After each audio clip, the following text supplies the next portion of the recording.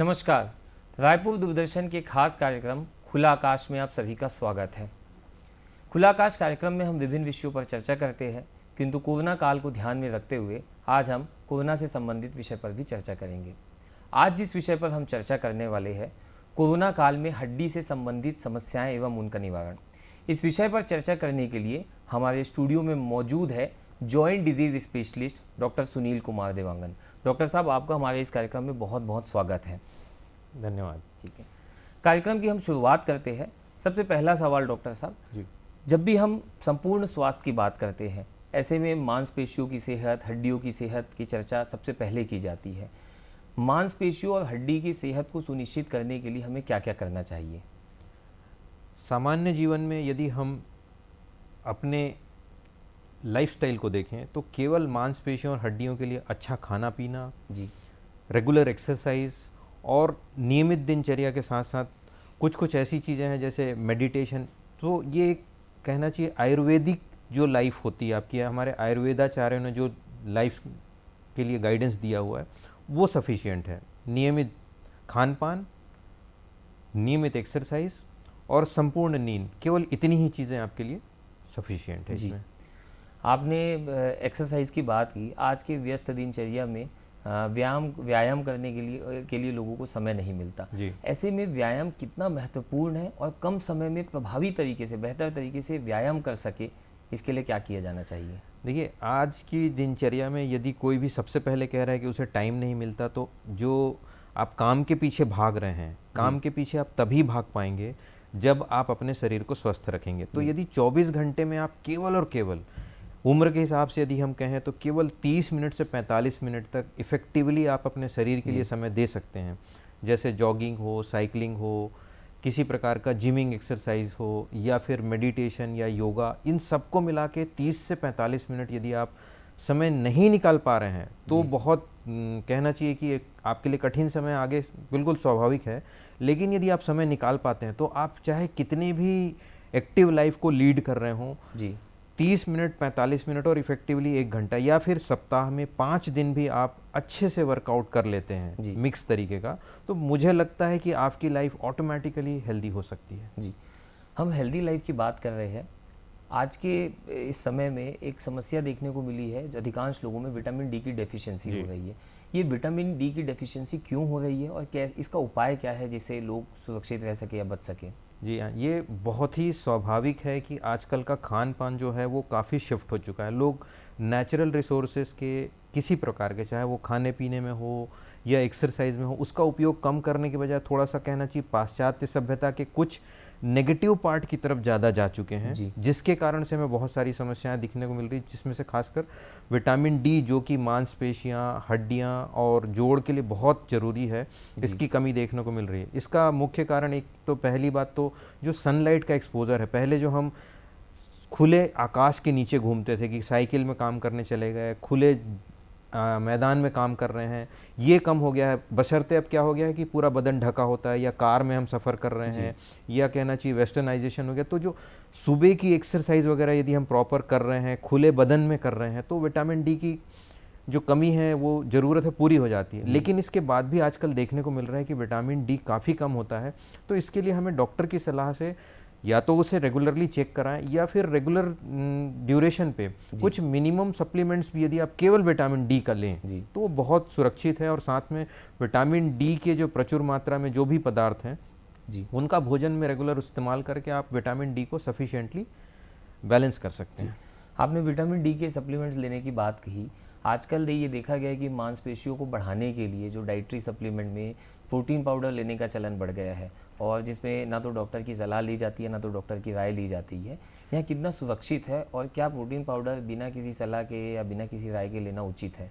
जी, बहुत अच्छा सवाल है आपके लिए। इवन यंग जनरेशन या मिडिल एज के लिए आजकल जो लोग थोड़ा सा लाइमलाइट में आने के लिए या कहना चाहिए आधी जानकारी के कारण अपने शरीर को ख़राब करने के लिए बहुत सारे लोग बैठे हैं, और उसका उपयोग करने के लिए कहना चाहिए कमर्शलाइजेशन जिस प्रोडक्ट का हो जाता है उसमें आपको कहना चाहिए सीधा बुद्धू बना के कुछ चीज़ें ऐसी की जाती है जिसे आप एनालाइज नहीं कर पाते हैं और उसके नुकसान को करते हैं। देखिए, मैं आपको बीइंग अ डॉक्टर एक सिंपल बेसिक रूल बताना चाहूँगा कि जिस चीज़ को आप, चाहे वो भोजन हो, चाहे एक्सरसाइज हो या कुछ हो, उसको आप छोटे उम्र से, कहिए बचपने से लेके बुढ़ापे तक, यदि आप बिना किसी संकोच के कॉमन सेंस में कर सकते हैं तो आपके लिए सुरक्षित है। तो जैसे आपने कहा प्रोटीन सप्लीमेंट, ये जो प्रोटीन सप्लीमेंट है, आप खुद पूछिए, आप अपने ट्रेनर से या जो प्रोडक्ट आपको सप्लाई करते हैं, जो आपके गाइडेंस उसमें दे रहे हैं, कि क्या इस प्रोटीन प्रोडक्ट को हम या सप्लीमेंट को नॉन स्टॉप बिना किसी इंस्ट्रक्शंस के फॉलो कर सकते हैं। जैसे हम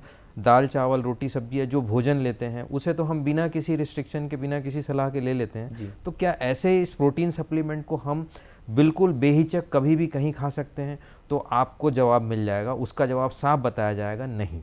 सो कॉमन सेंस है ये। और ये प्रोटीन सप्लीमेंट की ज़रूरत जो पड़ रही है वो इसलिए पड़ रही है कि लोग जो है थोड़ा सा, कहना चाहिए ना, एक सीधे रास्ते में चलने के बजाय बाहर की तरफ जाना चाह रहे हैं कि मुझे ज़्यादा मसल्स चाहिए, मुझे थोड़ा लाइमलाइट में चाहिए, मुझे हीरो बनना है टाइप का, जो अपन इस टाइप की चीज़ें होती। तो बेहतर होगा आप जो प्रोटीन की रिक्वायरमेंट है उसको नेचुरल रिसोर्सेज से मिलने वाला जितना भोजन है आप उससे बहुत अच्छे से ले सकते हैं। इसके लिए आपको एक सही गाइडेंस मिलना बहुत आवश्यक है कि प्रोटीन की मात्रा किस किस पदार्थ में कैसे होती है और आप उसको भोजन में कैसे डिस्ट्रीब्यूट कर सकते हैं। बेहद महत्वपूर्ण जानकारी डॉक्टर साहब। डॉक्टर साहब, हम बात करते हैं कोरोना और जो हम विषय है उससे संबंधित। डॉक्टर साहब, जब हाथ पाँव में दर्द होता है, हड्डियों में दर्द होता है, तो क्या ये कोरोना का एक महत्वपूर्ण लक्षण है? कोरोना के लक्षणों में यदि हम देखें तो पहले अभी तक जो देखते आए हैं हम कि बुखार होना या सर्दी खांसी होना या इस टाइप के लक्षण, लेकिन हल्का दर्द बना रहना, हल्की थकान होना, या कहते हैं ना जैसे कमजोरी लग रही है, अच्छा नहीं लग रहा, you are not feeling good, यदि ये सेंसेशन आ रहे हैं और उसके साथ सिम्टोमेटिक कुछ भी चीज़ें, लूज मोशन या थोड़ी सांस में तकलीफ, तो उसके बाद यदि कोविड टेस्ट के साथ में ये सिम्टम आ रहे हैं तो कई बार एसिम्टोमेटिक केसेस में भी मांसपेशियों में और शरीर में जो दर्द और थकान की समस्या कोविड में काफ़ी देखी गई है, जो कि बहुत ही सामान्य है। तो बिल्कुल कह सकते हैं कि यदि कंटिन्यूसली आपको 3, 5, 7 दिन से ज़्यादा ऐसी समस्या दिख रही, कमजोरी दिख रही है, तो आप उसे बिल्कुल मान सकते हैं कि कोविड के कारण हो सकता है। डॉक्टर साहब, कोरोना के मरीजों में देखा गया है कि सतत रूप से उनकी हड्डियों में दर्द बना रहता है, उनकी कमर में दर्द होता है या उनकी पीठ में दर्द होता है, जोड़ों में दर्द होता है काफ़ी। इसका क्या कारण है? देखिए, कोविड जो था, कोविड-19 जो था, नहीं कहना चाहिए, है अभी, तो जब वेव्स आती तो आप देखे होंगे कि बहुत सारे मरीजों को बहुत सारे सिम्टम्स आते हैं, चाहे कहिए कि लंग से रिलेटेड सिम्टम है, सांस से रिलेटेड सिम्टम है, हाथ पैर में दर्द से रिलेटेड सिम्टम है। तो ये जो वायरस है, ये एक वायरस है। तो वायरस कोई भी प्रकार का हो, कुछ दिनों पहले सुना था हमने चिकनगुनिया वायरस आया था, अभी कोविड वायरस आया, और एक वायरल आर्थराइटिस भी होता है। तो वायरस का काम क्या होता है, ये कुछ केमिकल्स रिलीज करता है। हमने देखा कि कोविड के ट्रीटमेंट के दौरान ना कुछ महंगी महंगी दवाइयों को भी उपयोग हुआ, जिसमें एंटीवायरल मेडिसिन भी थी, कुछ TNF अल्फा ब्लॉकर वगैरह। तो ये क्या होते हैं, जो हमारे पास जो इनके केमिकल्स रिलीज होते हैं वायरस के अटैक के कारण, जिसमें इंटरल्यूकिन्स और TNF अल्फा जैसे होते हैं, तो ये सारी चीज़ें जो होती है आपको एक प्रकार से शरीर में केमिकल रिएक्शन प्रोड्यूस करके शरीर में दर्द, जो हम माइल्जिया कहते हैं, ये किसी भी वायरल फीवर में हो सकता है। और इवन आप नोट कीजिएगा, आपको यदि केवल एक सिंपल बुखार भी होता है तो भी आपका शरीर दर्द होता है। और ख़ासकर जिन लोगों ने सिंपल वायरल फीवर पहले अनुभव किया होगा वो जानते हैं, जिसे हम बोलते हैं ना हड्डी तोड़ देता है, ये एकदम कमर में बहुत दर्द होता है। तो वो जो माइल्जिया, जो मसल्स में पेन होता है, मांसपेशियों में पेन होता है, वो वायरल फीवर में, चाहे वो किसी भी प्रकार का वायरस हो, बहुत कॉमनली होता है। लेकिन यह अच्छी बात है कि यह अपने आप 5 से 7 दिन में केवल सिम्टोमेटिक ट्रीटमेंट से ठीक हो जाता है। डॉक्टर साहब, विषय विशेषज्ञों का यह कहना है कि कोरोना वायरस रीढ़ की हड्डी और घुटनों को काफ़ी हद तक नुकसान पहुंचाता है। इसका क्या कारण है और इस नुकसान से बचा जा सके, इसके लिए क्या उपाय किया जाना चाहिए? जैसा कि हमने अभी बताया कि वायरस जो है वो एक प्रकार का आर्थराइटिस भी प्रोड्यूस करता है, जिसे हम रिएक्टिव आर्थराइटिस कहते हैं। मैं ये जो आपने प्रश्न किया, इसको मैं थोड़ा सा डिटेल में इसलिए लूँगा क्योंकि जो हड्डियों का जो प्रभाव है, हड्डियों पे प्रभाव है जो वायरस का, वो लोकल जॉइंट्स पे भी है, कमर पे भी है और इवन हिप जॉइंट पे भी है। तो हम इसको एक एक करके कवर करते हैं। जैसे कमर पे है, तो कमर पे जो दर्द है, ये कई बार बहुत अधिक खांसी यदि किसी को कोविड में आई है तो उसके कारण डिस्क प्रेशर बढ़ता है और उसकी वजह से आपके मांसपेशियां थक जाती है और इसके कारण से भी लो बैक पेन या कमर में दर्द हो सकता है। साथ ही रिएक्टिव आर्थराइटिस जिसको हम कहते हैं, एक प्रकार का एक ऑटो इम्यून डिसऑर्डर है जो कि केमिकल्स के कारण होता है, ये मल्टीपल जॉइंट पेन प्रोड्यूस करता है। ये पूरा का पूरा रूमेटॉइड जो संधिवात का जो दर्द होता है उस तरीके से वह किसी एक जॉइंट को भी, जिसमें से मेनली नी जॉइंट है, उसे भी इन्वॉल्व कर सकता है, हाथों के पंजों के छोटे छोटे जॉइंट्स को भी इन्वॉल्व कर सकता है, और इसके साथ ही यह कुछ रेसिडुअल सिम्टम भी छोड़ सकता है। लेकिन कोविड में एक महत्वपूर्ण चीज़ हमारे सामने आई है, वो है कि कोविड में देखा गया है कि हमको एंटी क्लॉटिंग जो अपने मेडिसिन दी गई है, वो क्यों दी गई है? क्योंकि कोविड की जो पैथोलॉजी में देखा गया है कि खून की जो नलियां हैं उसमें जो छोटी छोटी नलियां थी उसमें थक्का बन जाता है। तो जो खून का प्रवाह है वो जैसे शरीर के दूसरे हिस्सों में कम हुआ, सपोज लंग्स में कम हुआ, ब्रेन में हुआ, इसके कारण से दूसरे कॉम्प्लिकेशंस भी आए जो लोग कोमॉर्बिड कंडीशन में थे। तो हड्डियों में भी इसकी समस्या कैसे आ रही कि जैसे हिप जॉइंट है, यहाँ पे यदि ब्लड का सर्कुलेशन कम होता है तो एक खास प्रकार की बीमारी होती है जिसे हम एवास्कुलर नेक्रोसिस कहते हैं, जिसके कारण से हिप जॉइंट में, ग्रॉइन में, ये जो हिप का एरिया है वहाँ पे काफ़ी पेन होता है। इवन हिप का पेन कमर में भी आ सकता है। तो ये समस्या भी होती है और इसकी वजह से हिप जॉइंट खराब हो सकता है। साथ ही कोविड के ट्रीटमेंट में हमने काफ़ी देखा है कि स्टेरॉयड का उपयोग किया है, और स्टेरॉयड का सही मात्रा में उपयोग करना या नहीं करना इस पे मैं कोई कमेंट नहीं करना चाहूँगा, लेकिन थोड़े से स्टेरॉयड या ज़्यादा से स्टेरॉयड के प्रयोग के पश्चात भी एवास्कुलर नेक्रोसिस एक बोन की एक ऐसी बीमारी है जो किसी एक सिंगल शॉट स्टेरॉयड के प्रयोग से भी हो सकती है और बहुत ज़्यादा स्टेरॉयड के प्रयोग से। तो इससे हिप जॉइंट खराब हो सकता है, और तीनों परिस्थिति में, चाहे कमर का दर्द हो, नी जॉइंट का या हिप जॉइंट का, सामान्यतः ये समस्या अपने आप लाक्षणिक रूप से ट्रीटमेंट करने पे ठीक हो सकती है। लेकिन यदि आगे बढ़ती है या 3 या 5 दिन से ज़्यादा समस्या है तो आपको निश्चित रूप से अपने विशेषज्ञ, हड्डी रोग या जोड़ रोग या फिर रोमेटोलॉजिस्ट, इनसे संपर्क करके उसका आगे का कोर्स समझना बहुत ज़रूरी है। और यदि ये प्रॉब्लम आगे बढ़ती है तो खासकर हिप जॉइंट में आपको इवन हिप रिप्लेसमेंट की भी ज़रूरत पड़ सकती है। तो ये एक गंभीर समस्या का रूप ले सकती है, और मैं शायद एंटिसिपेट कर सकता हूँ कि जिस तरीके से कोविड का ये सेकेंड वेव आया था उसमें स्टेरॉयड का उपयोग हुआ है, उसमें आने वाले समय में हमें हिप की प्रॉब्लम बहुत देखने को मिलेगी। इसके दुष्प्रभाव आने वाले समय में निश्चित बिल्कुल ये एंटिसिपेट किया जा सकता है। डॉक्टर साहब, आपने रेसिडुअल सिम्टम की बात की। कोविड के जो मरीज ठीक हो चुके हैं उनमें 3 महीने, 2 महीने, 4 महीने लगातार शरीर में थकावट बनी हुई है, हाथ पांव में दर्द बना हुआ है, हड्डियों में दर्द बना हुआ है, कमर में दर्द बना हुआ है, इसके क्या कारण हैं? जी, कारण इसका सेम ही है जैसा कि मैंने बताया कि यदि कोई बीमारी बहुत कम समय के लिए रहती है, जैसे हमने देखा कि कोविड के कई पेशेंट को तो केवल लक्षण भी नहीं है, वो बोलते हैं ना छू के निकल गया। कई लोगों को अस्पताल में भर्ती होने की ज़रूरत पड़ी और वो आईसीयू तक नहीं पहुंचे, और कुछ लोगों आईसीयू से लौट के आए। तो जितनी गंभीर बीमारी होती है उतना उसका रेसिडुअल इफेक्ट ज़्यादा होता है, और ये सारा केमिकल रिएक्शन है जैसा मैंने बताया। तो क्या होता है जब लंबी बीमारी के साथ, और खासकर ये जो समस्या आ रही है, ये सारी समस्या की लंबे समय तक, 2 महीने 3 महीने तक, ये उन लोगों में आ रही है जो या तो बुजुर्ग हैं या उनके साथ कोमॉर्बिड कंडीशन है, जैसे कि डायबिटीज़ है, ब्लड प्रेशर है, या पहले से कोई न्यूरोलॉजिकल प्रॉब्लम है, या फिर सिंपल जो बहुत ध्यान देने वाली बात है कि जो लोग इनएक्टिव लाइफ लीड कर रहे हैं, कुछ भी नहीं करते हैं, उनको भी लक्षण काफ़ी आते हैं। तो ये जो समस्या है, जो एक्टिव हैं, हेल्दी लाइफस्टाइल को लीड कर रहे हैं, उनको लक्षण काफ़ी कम आएंगे, और जो लोग नहीं हैं इस लाइफस्टाइल में उनको लक्षण काफ़ी ज़्यादा आएंगे। इसका सिंपल ट्रीटमेंट स्पेसिफिकली कुछ नहीं है, मैं कहना चाहूँगा। जो मैंने सिंपल जो कहना चाहिए ना, हेल्दी लाइफ का जो सूत्र मैंने सबसे शुरू में बताया, आप अपनी लाइफ को डिसिप्लिन्ड हेल्दी स्टाइल में रखें। वो खान पान, एक्सरसाइज, नींद और वर्कलोड या टेंशन सारे से रिलेटेड है। उसको आप जितना सिंप्लीफाई और ईजी रखेंगे, इवन आपकी रिकवरी भी अच्छी होगी। और जिनको एक बार कोविड हो चुका है या फिर उनको जो सिम्टम्स आ रहे हैं मांसपेशियों में, हड्डियों में, या लंबे समय तक दर्द की जो समस्या आ रही है, उसके लिए मैं कहूँगा कि आप ग्रेजुअली स्लोली अपने नॉर्मल एक्सरसाइज रूटीन को जो लोग पहले करते थे वो रिज्यूम करें, कोई फास्ट ना करें।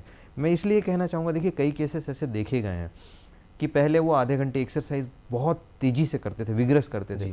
पोस्ट कोविड आपकी रिकवरी कैसी हो रही, क्या हो रही, उसे समझना ज़रूरी है। और इसके कारण कई बार एक्सीडेंट्स भी हो रहे हैं। कई लोगों को बहुत गंभीर हार्ट अटैक, या कहीं सुनने में आता है कि एक यंग 45 का पर्सन सडनली डेथ हो गई। क्यों हो गई? बिकॉज क्या है, कार्डियक अरेस्ट और ये सारी चीज़ें सेकेंडरी होती है। हार्ट अटैक की जो समस्या है, या ब्रेन हेमरेज, या फिर ब्लड का जम जाना, ये सारी समस्या सेकेंडरीली आपकी लाइफ को कंप्रोमाइज़ कर देती है। तो मैं कहूँगा कि यदि जो भी कोविड से संबंधित अफेक्ट हुए हैं या नहीं भी हुए हैं, तो आप जो कोविड के बाद जो लाइफस्टाइल रिज्यूम कर रहे हैं उसको बहुत स्लोली करें और ग्रेजुअली करें, उसमें बहुत जल्दबाजी ना करें, क्योंकि उसके कारण भी, हालांकि आप एक्सरसाइज करने की कोशिश कर रहे हैं, लाइफ को रिज्यूम करने की कोशिश कर रहे हैं, लेकिन जल्दबाजी में, स्पीड में आपका शरीर शायद साथ ना दे और वो जो कंपनसेशन है पूरा ना हो, और इसके कारण आप किसी दूसरी मुसीबत में फंस सकते हैं। जी। तो कोविड के बाद आप जब अपनी रिकवरी को ध्यान में रखते हुए सारी एक्सरसाइज वगैरह करें, डॉक्टर साहब जो मरीज कोविड से ठीक हो चुके हैं और जैसे कि जो समस्या उनको है, हाथ पाँव में दर्द है और ये लंबे समय तक अगर बनी रहती है, तो ऐसे में कोई 3 ऐसी एक्सरसाइज जो उन्हें करना चाहिए जो उनके लिए बहुत प्रभावी हो? बहुत सिंपल है, यदि आप रेगुलर साइकिलिंग या स्विमिंग कर सकते हैं तो वो बहुत अच्छी एक्सरसाइज है। जिनको थोड़ा सा वेट लिफ्टिंग या जिम का शौक है वो हल्के वेट लिफ्टिंग में भी जा सकते हैं। अदरवाइज़ मैं तो सीधा कहूँगा, भारतीय संस्कृति के हिसाब से यदि हम केवल सूर्य नमस्कार से संबंधित जो आसन है और सूर्य नमस्कार है उसको भी बेसिकली यदि फॉलो करें तो बहुत सफिशिएंट है। बट आइडियली यदि हम देखें तो एक्सरसाइज को भी हम थोड़ा सा कार्डियो एक्सरसाइज जिसमें आपका दिल काफ़ी धड़कता है, थोड़ा सा इंड्योरेंस एक्सरसाइज जिसमें शरीर के मांसपेशियों की ताकत बढ़ती है, और उसके बाद रिलैक्सेशन एक्सरसाइज जिसमें हम स्ट्रेचिंग, और फाइनली इसके बाद अपने दिमाग को स्वस्थ रखने के लिए थोड़ा सा मेडिटेशन। यदि ये 4 चीज़ें आप बहुत अच्छे से करते हैं तो शायद आप किसी भी समस्या से, चाहे वो कोविड हो या ऐसी कोई भी समस्या हो, उससे बड़ी आसानी से जीत सकते हैं, मुझे लगता है।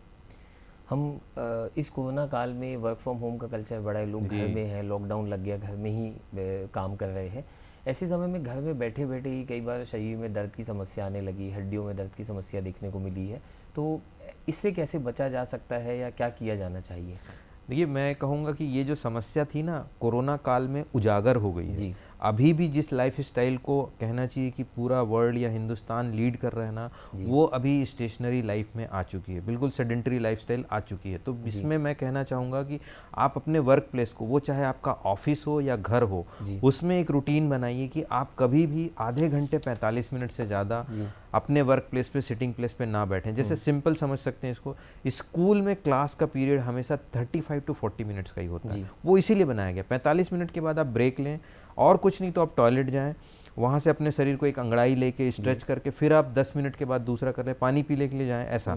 दूसरा, वर्क स्पेस में ही आप कुछ ऐसी चीज़ें कर सकते हैं जिसमें हल्की स्ट्रेचिंग है, या फिर यदि आप केवल घर में, तो सुबह शाम रेगुलरली, जैसा कि मैंने एक्सरसाइज का कुछ एक सिंपल प्रोटोकॉल बताया, अपने आप को एक्टिव रखने के लिए आप वॉकिंग, स्विमिंग, साइकिलिंग, योगा, हल्की स्ट्रेचिंग, और कुछ नहीं तो हमें स्कूल में, प्राइमरी स्कूल में ना 8 प्रकार के सिंपल कसरतें सिखाई गई थी, एक्सरसाइज सिखाया गया था, उसको भी करना शुरू करेंगे तो मुझे लगता है कि जो छोटी छोटी प्रॉब्लम्स जो आती है कि कहीं बैठे हैं तो उठते समय घुटने में दर्द हुआ, कमर में दर्द हुआ, या लो एनर्जी फील कर रहे हैं, ये काफ़ी अच्छे से बन सकते हैं। साथ ही इसके साथ में पानी का प्रयोग जो है, मैं आपको इसमें स्पेसिफाई करना चाहूँगा कि पानी की मात्रा आपके शरीर में काफ़ी अच्छी होनी चाहिए, और 2 से 3 लीटर पानी, और यदि हम ग्लास में इसे काउंट करें तो 12 से 15 गिलास पानी ज़रूर अच्छे से आप पिएं, तो ये कुछ समस्या से आप काफ़ी हद तक निजात पा सकते हैं।